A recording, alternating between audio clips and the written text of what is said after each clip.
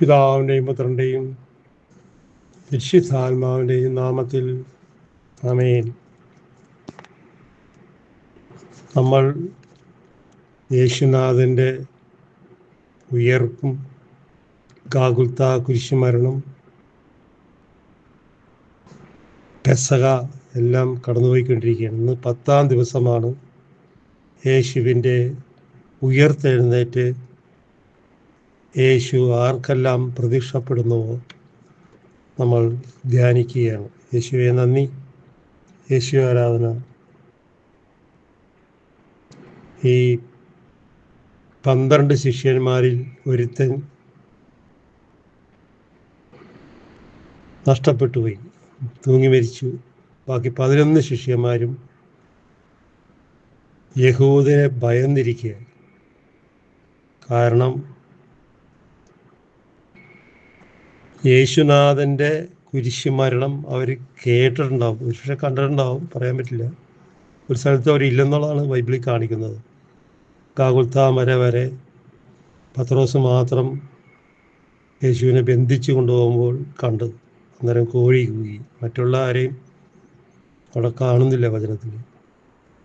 അപ്പോൾ അവർ കേട്ടറിവുണ്ടാവും. അത് കാരണം അവർ ഭയങ്കരമായിട്ട് ഭയന്ന് അവരുടെ ജീവിതത്തിൽ ഇതുപോലെ ഒരു കുരിശുമരണം അവർ കണ്ടിട്ടുമില്ല, കേട്ടിട്ടുമില്ല. അത്ര പീഡാസഹനമായിരുന്നു നമ്മുടെ നസറേനായ യേശുവിൻ്റെ അവസാന അന്ത്യം. നമ്മൾക്ക് വേണ്ടി അവൻ മുറിവേറ്റു, നമ്മൾക്ക് വേണ്ടി മരിച്ചു, നമ്മൾക്ക് വേണ്ടി 3-ാം ദിവസം ഉയർത്തെഴുന്നേറ്റ് യേശുനാഥൻ ഓരോ കുർബാനയിലും കുമ്പസാരത്തിലൂടെ അവൻ്റെ ശരീരവും രക്തവും ഓരോ പൗരോഹിത്യ അധികാരത്തിൽ നമുക്ക് തരുന്നു. നമ്മളത് ഭക്ഷിക്കുന്നു, വീണ്ടും ജീവൻ നിലനിൽക്കുന്നു. യേശു പറയുന്നുണ്ട് യോഹന്നാൻ്റെ സുവിശേഷത്തിൽ, ഞാനാണ് വാതിൽ, എൻ്റെ ശരീരം ഭക്ഷിക്കുന്നവൻ മരിച്ചാലും ജീവിക്കും എന്നൊക്കെ ഒരുപാട് അർത്ഥമുള്ള വാക്കുകൾ യേശുനാഥൻ പറയുന്നുണ്ട്. ശിഷ്യന്മാരെ പഠിപ്പിക്കുകയും ചെയ്തു. പക്ഷേ അവസാന നിമിഷം അവർ ഭയന്ന് ഓടിപ്പിക്കളഞ്ഞു, യഹൂദരെ ഭയന്ന് ഓടിപ്പിക്കളഞ്ഞു. യേശുവിൻ്റെ മരണത്തോടുകൂടി അവർ ഒരു മുറിയിൽ, അവരുടെ മുറിയിൽ കതകടിച്ചിരിക്കുകയാണ്. എല്ലാവരും കൂടി ജനലും കതകൊക്കെ അടച്ച് ഭദ്രമായിട്ടിരിക്കുകയാണ്, ഭയന്ന്. ആലോചിച്ച് നോക്കിയേ, ആ സമയത്താണ് യേശുനാഥൻ കടന്ന് അവിടെ മധ്യേ വരുന്നത്. മരിച്ച് ഉയർത്തെഴുന്നേറ്റ യേശുനാഥൻ ആദ്യ ദിവസം തന്നെ അവരുടെ മുമ്പിലേക്ക് വരികയാണ്. വചനം ശ്രവിക്കാം. ഇന്ന് നമ്മൾ ശ്രവിക്കാൻ പോകുന്ന വചനം യോഹന്നാൻ്റെ സുവിശേഷം 20-ാം അധ്യായം 19 മുതൽ 31 വരെയുള്ള തിരുവചനമാണ് ഇന്ന് നമ്മൾ ധ്യാനിക്കുന്നത്. ഉയർത്തെഴുന്നേറ്റ യേശുനാഥൻ ആദ്യമായി പ്രത്യക്ഷപ്പെട്ടത് മഗ്ദലേന മറിയത്തിൻ്റെ മുമ്പിലാണ്. അവളെ പേര് ചൊല്ലി വിളിക്കുന്നുണ്ട് യേശുനാഥൻ. ശിഷ്യന്മാരുടെ കൂടെ 3 വർഷം യേശുനാഥൻ നടന്നിട്ട് അവരെ ഒരാളെയും വിളിച്ചില്ല, ഒരാളും കല്ലറയ്ക്കൽ നിന്നില്ല. അതാണ് മറ്റൊരു പോയിന്റ്. ഒന്നാമത്തെ പോയിന്റ് എന്ന് പറയുമ്പോൾ മഗ്ദലേന മറിയം കുരിശു മരണത്തിലൂടെയും ഉയർപ്പിലൂടെ എല്ലാം ഈ കല്ലറയ്ക്ക വരെ അവൾ നിൽപ്പുണ്ടായിരുന്നു. അത് യേശുനാഥൻ അറിയുന്നുണ്ടായിരുന്നു. അതുകൊണ്ട് തന്നെയാണ് ആദ്യമായി ഉയർത്തെഴുന്നേറ്റ ശേഷം യേശുനാഥൻ അവളുടെ കണ്ണുകൊണ്ട് കാണാൻ പറ്റി. അവളുടെ പേര് ചൊല്ലി വിളിക്കുകയാണ് യേശുനാഥൻ. വേറെ ആരെങ്കിലും വിളിച്ചോ? ഇല്ല.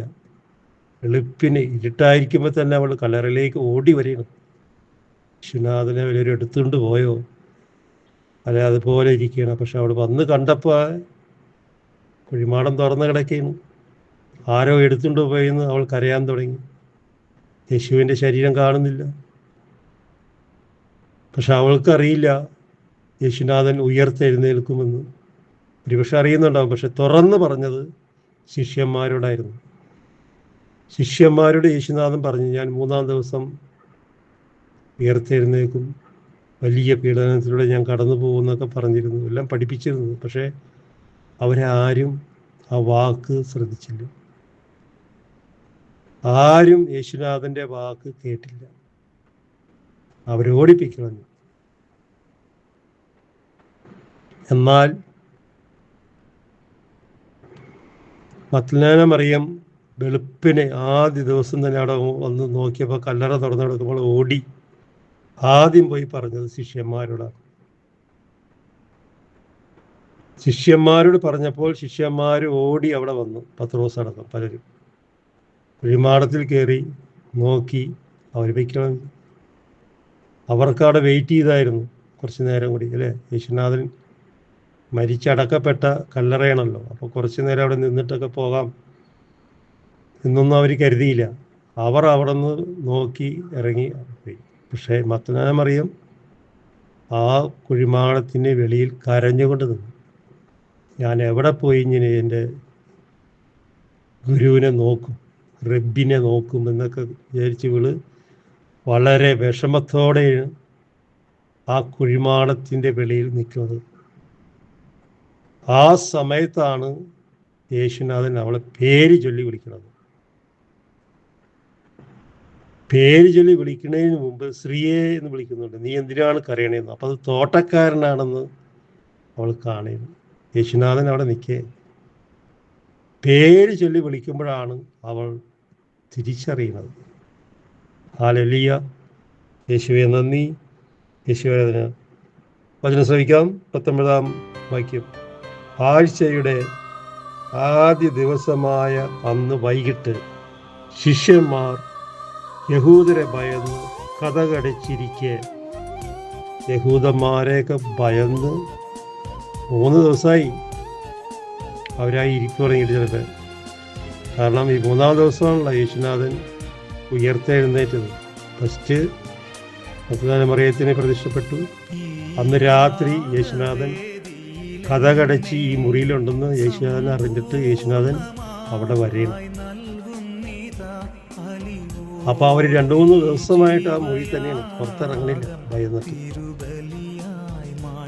കതകടച്ചിരിക്കെ യേശു വന്ന് അവിടെ മധ്യേ നിന്നു. നമ്മളൊരു കാര്യം തിരിച്ചറിയണം. യേശുനാഥൻ ശരീരത്തോടു കൂടിയാണ് ഉയർത്തെഴുന്നേറ്റത്, അല്ലേ? ഇവിടെ നോക്കിയേ, മഗ്ദലേന മറിയത്തിന് തോട്ടത്തിൽ യേശുനാഥൻ പ്രത്യക്ഷപ്പെട്ടു. ഓക്കെ, ശിഷ്യന്മാർ കതകടച്ചിരിക്കുമ്പോൾ ആ മുറിക്കകത്ത് കതക് തുറക്കാതെ യേശുനാഥൻ ആ മുറിയിൽ കയറി. അതെങ്ങനെ സംഭവിച്ചു? ശരീരത്തോടു കൂടിയാണ് യേശുനാഥൻ ഉയർത്തെഴുന്നേറ്റത്, ആത്മാവല്ല. ആത്മാവാണെങ്കിൽ അകത്ത് കയറാം. ശരീരമുള്ളൊരു വ്യക്തി ഒരു മുറി കതകടച്ചിരിക്കുമ്പോൾ അത് കയറണമെന്നുണ്ടെങ്കിൽ കതക് പൊളിക്കണം. അപ്പോൾ യേശുനാഥൻ എങ്ങനെ അകത്ത് കയറി ഒന്ന് ചിന്തിച്ചു നോക്കിയേ. ശരീരത്തോടു കൂടെയാണ് യേശുനാഥൻ ഉയർത്തെഴുന്നേറ്റത്, ആത്മാവായിട്ടല്ല. അപ്പോൾ ഈ ശരീരം ഈ മുറിയിൽ കയറണമെന്നുണ്ടെങ്കിൽ ഇന്നലെ വാതിൽ തുറന്നു കിടക്കണം. അല്ലാണ്ട് മുറിക്കകത്ത് കയറി വരാൻ സാധിക്കില്ല. എന്നാൽ അവൻ വന്നത് എന്തുകൊണ്ടാണ്? എങ്ങനെയാണ് വന്നത്? പരിശുദ്ധാത്മാവ് നിറഞ്ഞവനായ യേശുനാഥൻ എവിടെയും കയറിച്ചില്ല, എവിടെയും വരും. ഈ നിമിഷം അമേരിക്കയിൽ ഇന്ന സ്ഥലത്ത് ഇന്ന മുറിയിൽ വരണമെന്ന് വെച്ചാൽ അവിടെ പോയിരിക്കും. അവിടുന്ന് നേരെ ഇന്ത്യയിൽ കേരളത്തിൽ ഇന്ന സ്ഥലത്ത് വരണം എന്ന് പറഞ്ഞാൽ അവിടെയും വന്നിരിക്കും. ആണ് യേശുനാഥൻ. യേശുനാഥനെ മറന്നു പോയിക്കൊണ്ടിരിക്കുകയാണ്. യേശുനാഥൻ എവിടെയെല്ലാം ആരെല്ലാം വിളിക്കുന്നു അവിടെയെല്ലാം ആ നിമിഷം വരും. എത്ര കഥകടച്ചിരുന്നാലും വിശുദ്ധാത്മാവ് നിറഞ്ഞവൻ അകത്ത് കയറിയിരിക്കും. ഹല്ലേലൂയ. യേശുവേ നന്ദി. യേശുവേ ആരാധന. അവർ കഥ കടച്ചിരിക്കെ യേശു അവരുടെ മധ്യേ വന്നു നിന്നു. ഹല്ലേലൂയ. അവരോട് പറഞ്ഞു, നിങ്ങൾക്ക് സമാധാനം. യേശുവിൻ്റെ ആ വാക്ക് നമ്മളൊന്ന് ശ്രദ്ധിക്കണം. ഒരു മനുഷ്യനും അവർക്ക് സമാധാനം കൊടുക്കാൻ പറ്റില്ല. കൊടുത്താലും ഇത്രത്തോളം. പക്ഷെ ദൈവം കൊടുക്കുന്ന സമാധാനം അവൻ ഉയർത്തെഴുന്നേറ്റ ശേഷം പൂർണ്ണമായും ദൈവപുത്രനാണ് യേശുനാഥൻ. അവൻ പറയുന്നു, നിങ്ങൾക്ക് സമാധാനം. ഇപ്രകാരം പറഞ്ഞുകൊണ്ട് അവൻ തൻ്റെ കൈകൾ പാർശ്വവും അവരെ കാണിച്ചു. അവൻ്റെ ആണിപ്പഴുതുള്ള കരം അവരെ കാണിച്ചു. കാണിക്കാനൊരു കാരണം ഉണ്ടാവും. എന്താണെന്നോ, നിങ്ങൾക്ക് സമാധാനം എന്ന് പറഞ്ഞുകൊണ്ട് യേശുനാഥൻ അവരുടെ മധ്യം നിൽക്കുമ്പോൾ അവർക്കൊരു ഭയം വന്നു. അവർ വിശ്വസിക്കുന്നില്ല. അപ്പോൾ ഉടനെ യേശുനാഥൻ്റെ കരം കാണിച്ചു കൊടുക്കുന്നുണ്ട്. നിങ്ങൾ വിശ്വസിക്കുക, ഞാൻ തന്നെ. കുരിശിൽ തൂക്കപ്പെട്ട് മരിച്ച് ആളുകളടിച്ച ആ കരം അവർക്ക് കാണിച്ചു കൊടുക്കുകയാണ് യേശുനാഥൻ. അതിൻ്റെയൊക്കെ ആവശ്യമുണ്ടാകും. എന്തുകൊണ്ടാണ് യേശുനാഥൻ ആണിപ്പഴുതുള്ള കരം അവരെ കാണിച്ചു കൊടുക്കുന്നത്? അത്രയേറെ സ്നേഹം യേശുനാഥന് ആ അപ്പോസ്തലന്മാരെ കൂടെ ഉണ്ടായിരുന്നു. കർത്താവിനെ കണ്ട് ശിഷ്യന്മാർ സന്തോഷിച്ചു.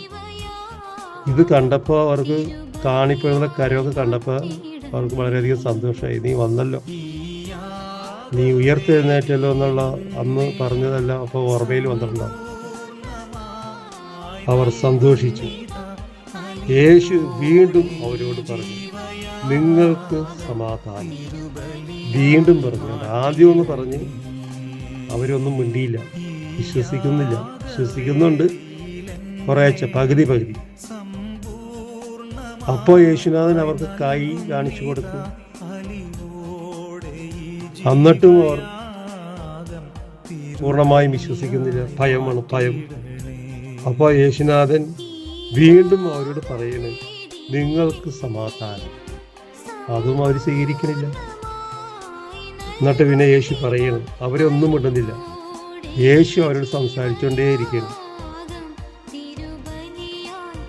21-ാം വാക്യത്തിൽ കേട്ടോ, പിതാവ് എന്നെ അയച്ചതുപോലെ ഞാനും നിങ്ങളെ അയക്കുന്നു.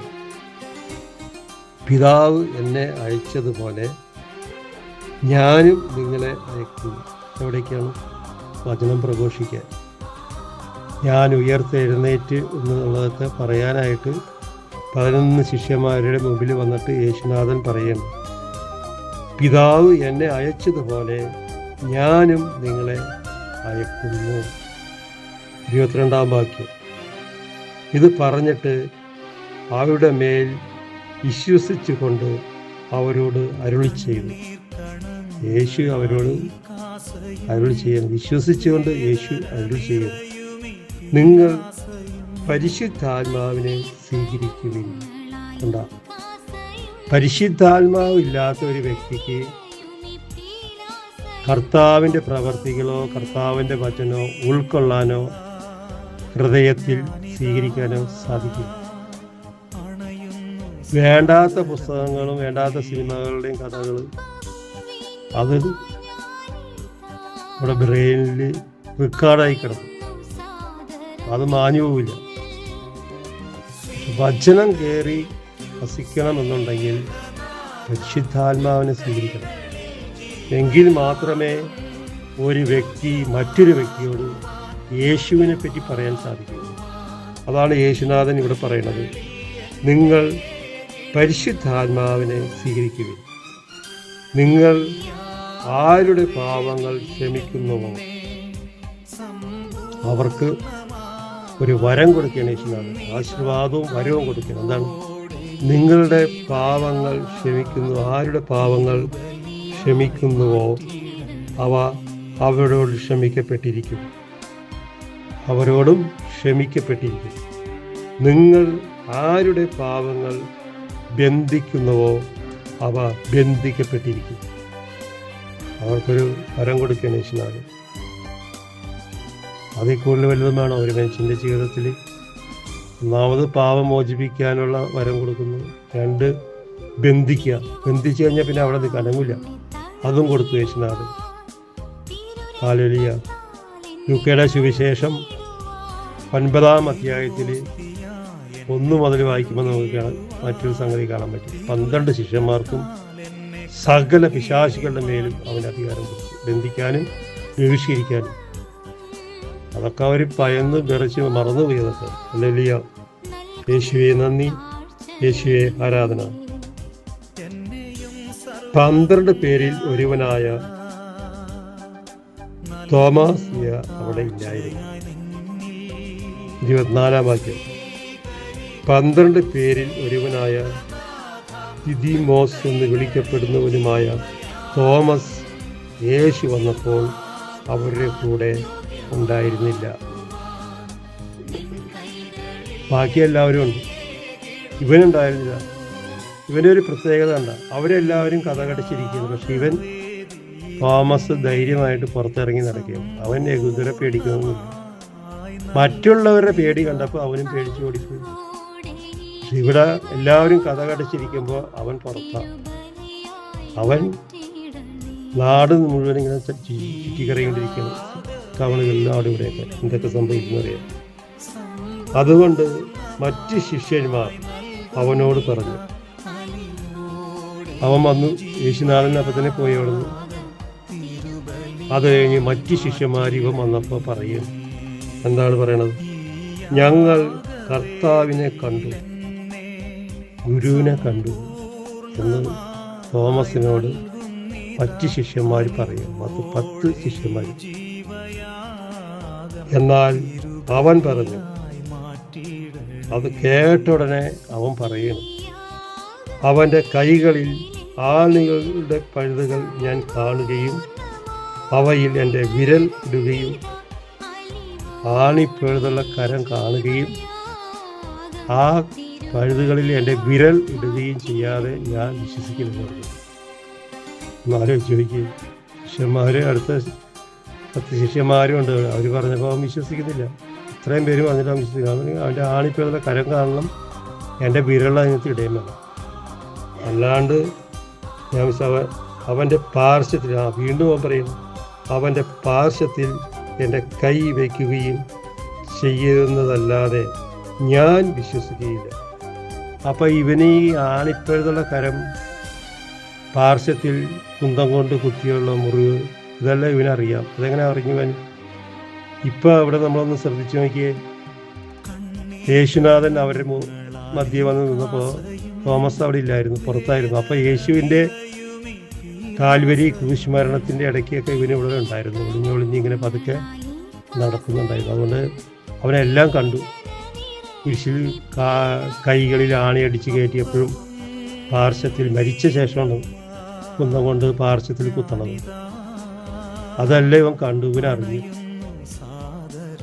അതുകൊണ്ട് അവൻ പറയുന്നത് ഇവിടെ കണ്ട, അവൻ്റെ ആണിപ്പുള്ള കരം എനിക്ക് കാണുകയും വേണം, അവൻ്റെ പാർശ്വത്തിൽ എൻ്റെ വിരലുകൾ ഇടുകയും വേണം. അപ്പോഴല്ലാണ്ട് ഞാൻ വിശ്വസിക്കില്ല, കാരണം അവനത് കണ്ടതാണ്. അപ്പോൾ വേറെ ആരെങ്കിലും ഇങ്ങനെ വന്നിട്ടുണ്ടെങ്കിൽ അത് അവന് വിശ്വാസം വരില്ല. അവൻ കണ്ടാൽ മാത്രമേ ഞാൻ വിശ്വസിക്കുകയുള്ളൂ. ഇത് ഇങ്ങനെ ഇവനിങ്ങനെ പറഞ്ഞത് ശിഷ്യന്മാരോട്. യേശു അത് കേൾക്കുന്നുണ്ടോ? യേശു അത് കേൾക്കുന്നുണ്ട്. നമ്മളിവിടെ ശ്രദ്ധിക്കേണ്ട ഒരു കാര്യമുണ്ട്. നമ്മുടെ കുടുംബത്തിൽ ചില വാക്കുകളൊക്കെ പറയുന്നില്ല, രണ്ടാധീനത, കർത്താവിൻ്റെ എന്തെങ്കിലും പ്രവർത്തികൾ സംസാരിക്കാൻ പോകണം, അല്ലെങ്കിൽ നീ കുർബാനയ്ക്ക് പോകണം, നിൻ്റെ പാവങ്ങളെ ഏറ്റു പറയണം മോനെ മോളെ എന്നൊക്കെ പറയുമ്പോൾ അത് യേശുനാഥൻ കേൾക്കുന്നുണ്ട്. ഈ തോമസ് ശിഷ്യന്മാരോട് പറഞ്ഞത് യേശുനാഥൻ കേട്ടു. യേശുനാഥൻ ആ മുറിയിൽ നിന്ന് പോയി, പക്ഷെ യേശുനാഥൻ അത് കണ്ടു, കേട്ടു. അത് ആര് തന്നെ ആയിക്കോട്ടെ, സംസാരിക്കുമ്പോൾ യേശുനാഥൻ അത് കേൾക്കുന്നുണ്ട്. എവിടെ നിന്ന് സംസാരിച്ചാലും ശരി, യേശു ലോകത്തിൻ്റെ ഏത് അതിർത്തി പോയി നിന്നാലും അവൻ അത് കേൾക്കും. ഇവിടെ നോക്കിയോ, 26-ാം വാക്യം. 8 ദിവസങ്ങൾക്ക് ശേഷം വീണ്ടും അവൻ്റെ ശിഷ്യന്മാർ വീട്ടിലായിരുന്നപ്പോൾ എന്താ 8 ദിവസം, അതായത് ഇന്ന് വ്യാഴാഴ്ച, അടുത്ത വ്യാഴാഴ്ച 8 ദിവസം, 8 ദിവസത്തിന് ശേഷം ശിഷ്യന്മാർ വീട്ടിലായിരുന്നപ്പോൾ തോമസും അവരുടെ കൂടെ ഉണ്ടായിരുന്നു. 8 ദിവസങ്ങൾക്ക് ശേഷം തോമസും അവരുടെ കൂടെ ഉണ്ടായിരുന്നു. അത് യേശു കാണുന്നുണ്ട്. ഇപ്പം ആരൊക്കെ ഇവരുടെ കൂട്ടത്തിലുണ്ട്? അപ്പോൾ അവരുടെ കൂട്ടത്തിൽ 10 ശിഷ്യന്മാരും തോമസും കൂടി കൂട്ടി 11 പേര് ആ കുടുംബത്തിലുണ്ടെന്നുള്ളത് യേശുവിനെ അറിയാം. യേശു കണ്ടു. എവിടെ നിന്ന് കടന്നു? ലോകത്തിൻ്റെ ഏതെങ്കിലും അതിർത്തിയോ? അല്ലല്ലോ. വാതിലുകൾ അടച്ചിരുന്നു. യേശു വന്ന് വാതിലുകളെല്ലാം പഴയതുപോലെ തന്നെ അടച്ച് ഭദ്രമായിട്ട് അകത്ത് തന്നെ ഇരിക്കണേ.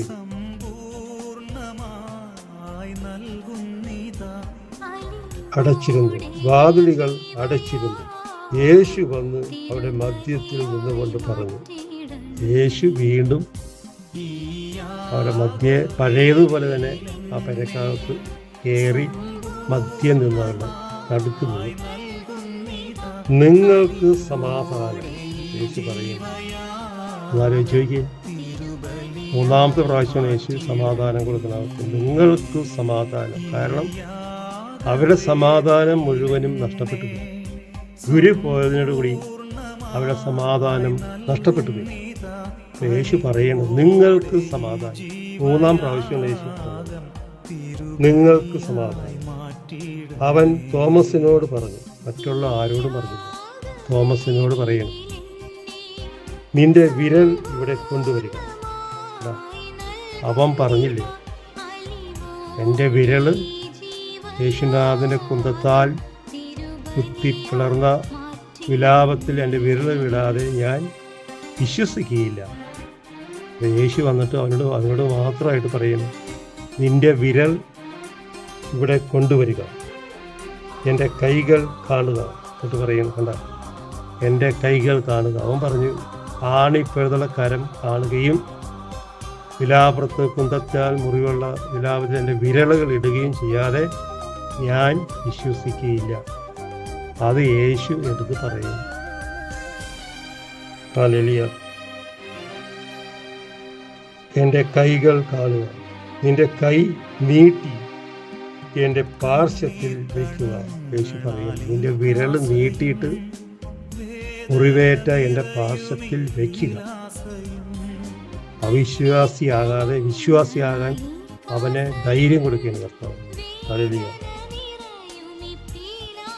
യേശു വീണ്ടും പറയുന്നു, അവിശ്വാസിയാകാതെ വിശ്വാസിയായിരിക്കുക. 28-ാം വാക്യം. തോമസ് പറഞ്ഞു, എൻ്റെ കർത്താവേ, എൻ്റെ ദൈവമേ. അവനങ്ങോട് ഒട്ടും പ്രതീക്ഷിച്ചില്ല യേശുനാഥൻ ഇങ്ങനെ വരുമെന്ന്, ഇങ്ങനെ പറയുന്നു. കാരണം അവൻ പറഞ്ഞപ്പോൾ യേശുനാഥൻ അവിടെ ഇല്ല. ശിഷ്യന്മാരോട് പറഞ്ഞു, ഞാൻ നിങ്ങൾ പറയണത് വിശ്വസിക്കില്ല.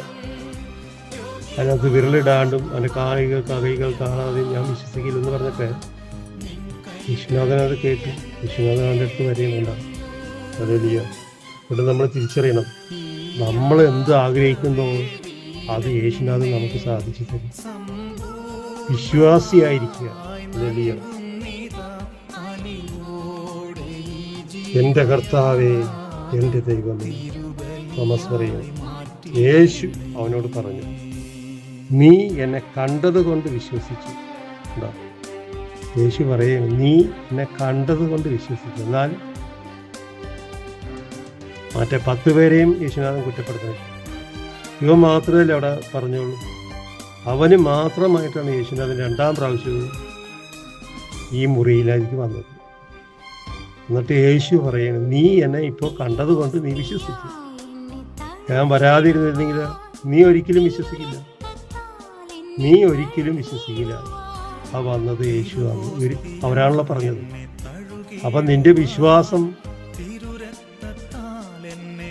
വലുതാണ്, മറ്റുള്ളവരെ അറിയിക്കണം. ഒരിക്കലും നീ അങ്ങനെ പറയാൻ പാടില്ല. അവൻ്റെ ആണിപ്പഴുതുള്ള കരം കാണണമെന്നും പാർശ്വത്തിൽ എൻ്റെ വിരലിടണമെന്നും മറ്റ് ശിഷ്യന്മാരോട് ഞാൻ പറഞ്ഞപ്പോൾ അവരാരും അത് കൂട്ടാക്കിയില്ല എന്നൊക്കെ ചിലപ്പോൾ ഇവൻ പറഞ്ഞത് വരും. അതുകൊണ്ടാണ് യേശു നേരിട്ട് അവൻ്റെ അടുത്ത് വന്നിട്ട് പറയുന്നത്, നീ വിശ്വസിക്കുക, അവിശ്വാസിയാകാതെ ഞാൻ തന്നെയാണെന്ന് വിശ്വസിക്കുന്നതിന് വേണ്ടി നിന്റെ വിരല് എൻ്റെ പാർശ്വത്തിൽ ഇവിടെയൊന്ന് ഇടുക. അപ്പം അവൻ ഭയന്നു കേട്ട ഉടനെ. എന്നിട്ട് യേശു പറയണം, നീ എന്നെ കണ്ടതുകൊണ്ട് വിശ്വസിക്കുക, എന്നാൽ കാണാതെ വിശ്വസിക്കുന്നവർ ഭാഗ്യവാന്മാർ. കാണാതെ വിശ്വസിക്കുന്നവർ ഭാഗ്യവാന്മാർ. കണ്ട, യേശു മരിച്ചു ഉയർത്തെഴുന്നേറ്റെന്ന് നമ്മൾ പൂർണ്ണമായി വിശ്വസിക്കുകയും മരിച്ചവരിൽ നിന്ന് അവൻ ഉയർത്തെഴുന്നേറ്റ് വിശ്വസിക്കുകയും ചെയ്തത് നമ്മൾ രക്ഷപ്രാപിക്കും. അത് മറ്റുള്ളവരോട് പറയുകയും കൂടി വേണം. അത് പറയേണ്ടത് ക്രിസ്ത്യാനികളോടല്ല, മറ്റു വിജാതികളോട് പറയണം. പറഞ്ഞ് മനസ്സിലാക്കണം. അവിടെ നിനക്ക് നന്മയുണ്ടാവും. കർത്താവിൻ്റെ ഒരു വ്യക്തിയോടെങ്കിലും ഒന്ന് പറഞ്ഞു നോക്കി, കർത്താവ് വരവോ ഇല്ലെന്ന് നോക്കി. ഇത്രയും വർഷമായിട്ടും 60, 50, 40 ഒക്കെ വയസ്സ് കഴിഞ്ഞ സഹോദരി സഹോദരന്മാരെ കേൾക്കുന്നുണ്ടല്ലോ അല്ലേ? ഈ കർത്താവിനെ പറ്റി ഒരു വ്യക്തിയോട് പറഞ്ഞിട്ടുണ്ടെങ്കിൽ അതിൻ്റെ പ്രതിഫലം കർത്താവ് നിന്റെ കണ്ണുകൊണ്ട് കാണിച്ചു തരും. അതാണ് ഇവിടെ ഈ തോമസിനെയൊക്കെ കാണിച്ചു കൊടുത്തത്. കണ്ട, ആ 10 പേരും വിശ്വസിച്ചു, ഇവ മാത്രം വിശ്വസിച്ചില്ല. യേശു ഉടനെ അവൻ്റെ അടുത്ത് വന്നു. ആരൊക്കെ എന്തൊക്കെ നമ്മുടെ യേശുനാഥനെ പറയുന്നുണ്ടോ അവരുടെ കണ്ണുകൊണ്ട് നീ കണ്ണടയനും കണ്ടിരിക്കും. അതാണ് നമ്മുടെ ദൈവമായ കർത്താവ്. അത് കാണാൻ പറ്റാണ്ട് നിന്റെ ജീവശ്വാസം പോയിട്ടുണ്ടെങ്കിൽ മറ്റവൻ കയറി നിന്നെ അടിക്കും. അതിലെയോ സാത്താൻ. ഈ ഗ്രന്ഥത്തിൽ എഴുതപ്പെട്ടിരുത്ത അനേകം അടയാളങ്ങളും യേശു ശിഷ്യന്മാരുടെ സന്നിധാനത്തിൽ പ്രവർത്തിച്ചു. ഈ ഗ്രന്ഥത്തിൽ, ഈ ബൈബിളിൽ എഴുതിയേക്കുന്ന അനേകം അടയാളങ്ങളും യേശു ശിഷ്യന്മാരുടെ സന്നിധിയിൽ പ്രവർത്തിച്ചിട്ടുണ്ട്. ഒരുപാട് കാര്യങ്ങൾ. പക്ഷെ അവരൊക്കെ അത് മറന്നുപോയി, ഒന്നും ഓർമ്മയില്ല അവർക്ക്. എന്താണെന്ന് വെച്ചിട്ടുണ്ടെങ്കിൽ അവർ ഒരുപക്ഷെ ലോകത്തിലായിരുന്നല്ലോ. അതാണല്ലോ യേശു പറഞ്ഞത്, ഉണർന്നിരുന്നു 1 മണിക്കൂർ പ്രാർത്ഥിക്കാൻ പറഞ്ഞിട്ട് പ്രാർത്ഥിക്കാതെ പോയത്. ചില സഹോദരി സഹോദരന്മാർ ചില ഗ്രൂപ്പിൽ ലെഫ്റ്റ് അടിച്ചു പോകും. ആ പോണത് പിശാശ് അവരിൽ കയറുമ്പോഴാണ് ഇങ്ങനെ പോണത്. എന്താണെന്നറിയാമോ? വചനം അവന് എതിരാണ്. വചനം കേൾക്കാൻ അവൻ നിന്നെ കൂട്ടുനിൽക്കുന്നു. അപ്പോൾ വചനം ഉള്ള കൂട്ടായ്മയിലൊക്കെ കയറി വരാൻ അവിടെ നിർത്തില്ല, അവൻ പുറത്തേടിക്കും.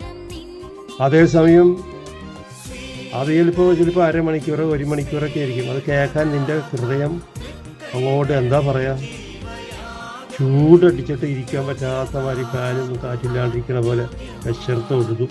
അങ്ങനെയെങ്കിലും പുറത്ത് ചാടിയാൽ മതി എന്നുള്ള ഒരു ദാഹം വന്നിട്ട് അത് ഓഫിതം.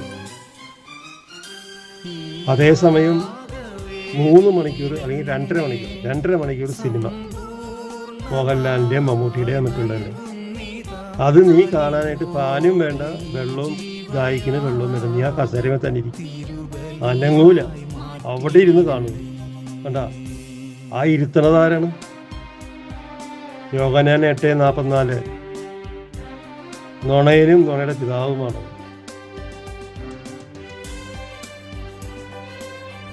അപ്പൊ എങ്ങനെയുണ്ടാവും? നുണക്കഥകൾ കാണാൻ ഭയങ്കര ദാഹമാണ്. രക്ഷിക്കപ്പെട്ടവർ തന്നെ ഈ നുണക്കഥ കാണാനായിട്ട് ഇങ്ങനെ മെനക്കെട്ടിരിക്കും. ബാത്റൂമിൽ പോലും പോകില്ല, അവിടെ ഇരുന്ന് അങ്ങോട്ട് അത് മൊത്തം കണ്ട ശേഷം പോകുന്നുണ്ട്. അങ്ങനെയുള്ളവരൊക്കെ ഉണ്ട്, ഞാൻ കണ്ടിട്ടുണ്ട്. അനങ്ങാണ്ട് ബലം പിടിച്ചിരുന്നിട്ടാണ് ചിലതൊക്കെ സിനിമയൊക്കെ കാണുന്നത്. ചായയും വേണ്ട, ഭക്ഷണവും വേണ്ട. അതേസമയം കർത്താവിൻ്റെ വചനം അരമണിക്കൂറുണ്ട്. 20 മിനിറ്റ് ആകുമ്പോഴത്തേനും അവന് ഓട്ട് തുടങ്ങിയത്, എനിക്ക് ദാഹിക്കണമെന്ന് പറഞ്ഞിട്ട്, അല്ലെങ്കിൽ മൂത്രമൊഴിക്കാൻ പറഞ്ഞാൽ ഓടിക്കും. അപ്പം ആ കൊണ്ടുപോടാതാരാ? അത് നമ്മൾ തിരിച്ചറിയണം. എന്നാൽ ഇവ തന്നെയും എഴുതപ്പെട്ടിരിക്കുന്നത് യേശു ദൈവപുത്രനായ ക്രിസ്തുവാണെന്നും നിങ്ങൾ വിശ്വസിക്കുന്നതിനും അങ്ങനെ വിശ്വസിക്കുക നിമിത്തം നിങ്ങൾ അവൻ്റെ നാമത്തിൽ ജീവൻ ഉണ്ടാകുന്നതിനും വേണ്ടിയാണ്.